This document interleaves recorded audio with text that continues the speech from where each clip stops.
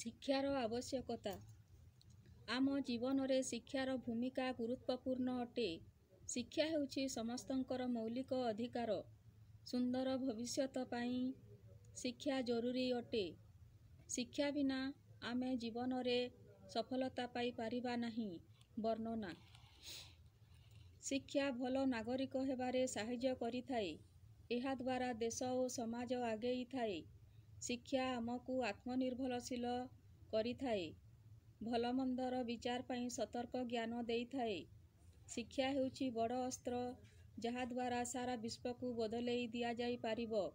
ଛାତ୍ର ଜୀବନରେ କଠିନ ପରିଶ୍ରମ କରି ଭଲ ପାଠ ପଢ଼ିଲେ ଲକ୍ଷ୍ୟସ୍ଥଳକୁ ପହଞ୍ଚି ପାରିବା। ଶେଷ କଥା, ବର୍ତ୍ତମାନ ଆମ ସରକାର ଶିକ୍ଷାର ବିକାଶ ପାଇଁ ବହୁ ଯୋଜନା କରିଛନ୍ତି। ଛାତ୍ରମାନେ ହେଉଛନ୍ତି ଦେଶର ଭବିଷ୍ୟତ। ଶିକ୍ଷା ପାଇଁ ସରକାର ସମସ୍ତ ପ୍ରକାର ସୁବିଧା ଯୋଗାଇଥାନ୍ତି। ଧନ୍ୟବାଦ।